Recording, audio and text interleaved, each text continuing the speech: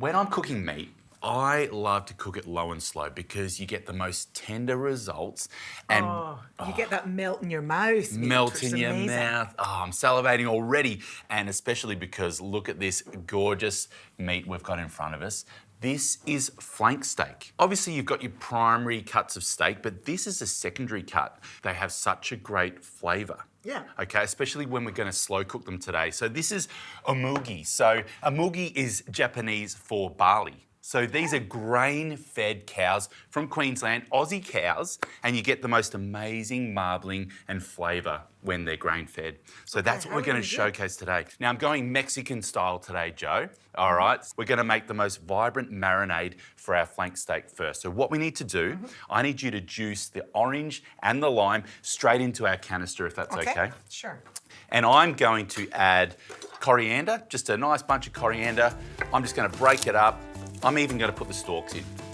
Why not? So you should. Yeah. You know, I always use the stalks in cooking. The leaves when you want to garnish on the top. Yeah. But yeah, absolutely use the stalks.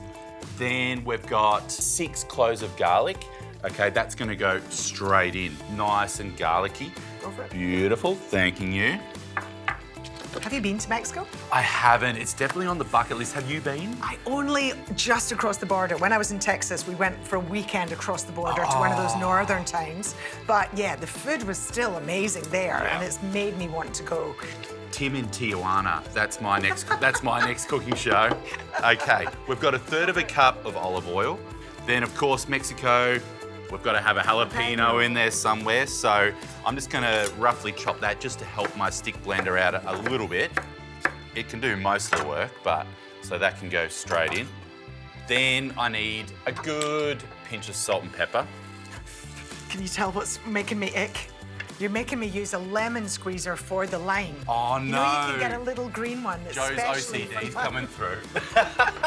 I do. This is my favourite kitchen gadget. But I've got the green little one for my limes, I've got this one for my lemons, and I've got a bigger orange one, Tim, for my oranges. I do hate it when an orange doesn't fit in my lemon squeezer. All right, and a lot of pepper. Okay, now that's it. I've got Mr. Buzzy here. I'm just going to, excuse the noise, stand back. You've got your beautiful white shirt on.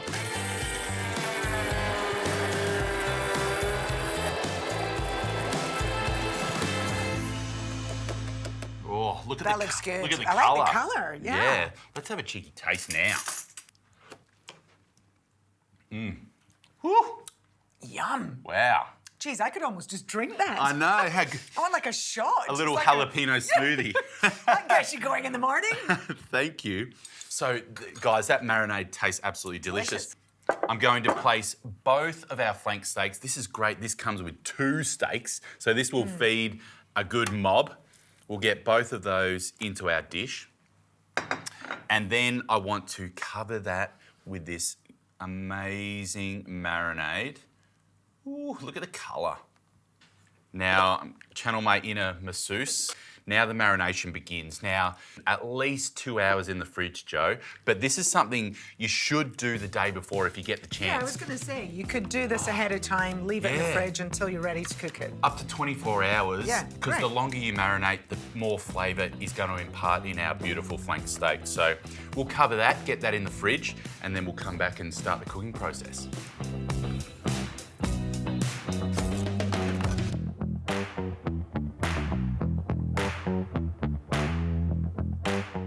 All right, Joe.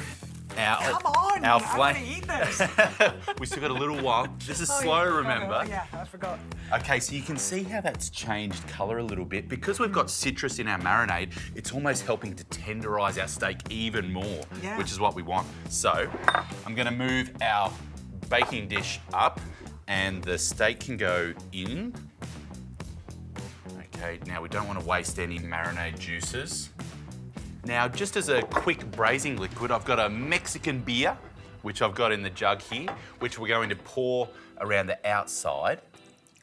And that's going to give our steak a great flavour as well. It's Mexican after all. All right, Joe, can you cover this with foil now? And we've got the oven set to 140 degrees, so nice and low. We're going to cook this for about 2 hours until that flank steak is just shredding apart, falling apart, melting in the mouth.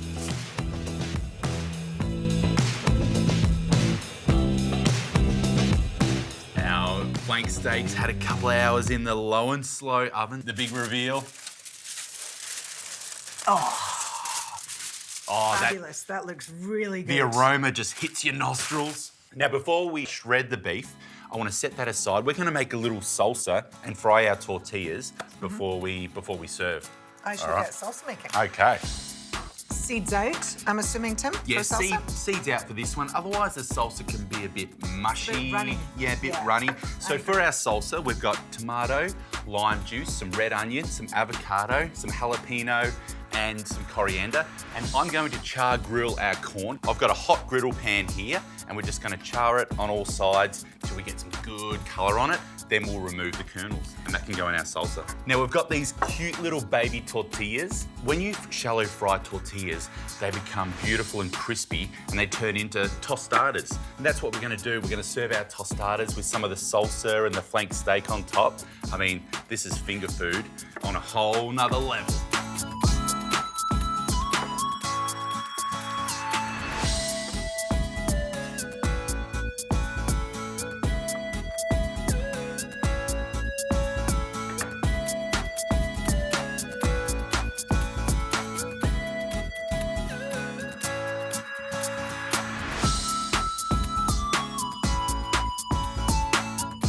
Let's plate these bad boys up, Joe.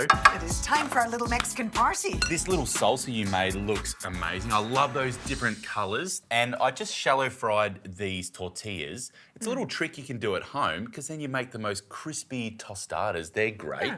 And this was just 30 seconds either side. So let's display some of these on our plate here.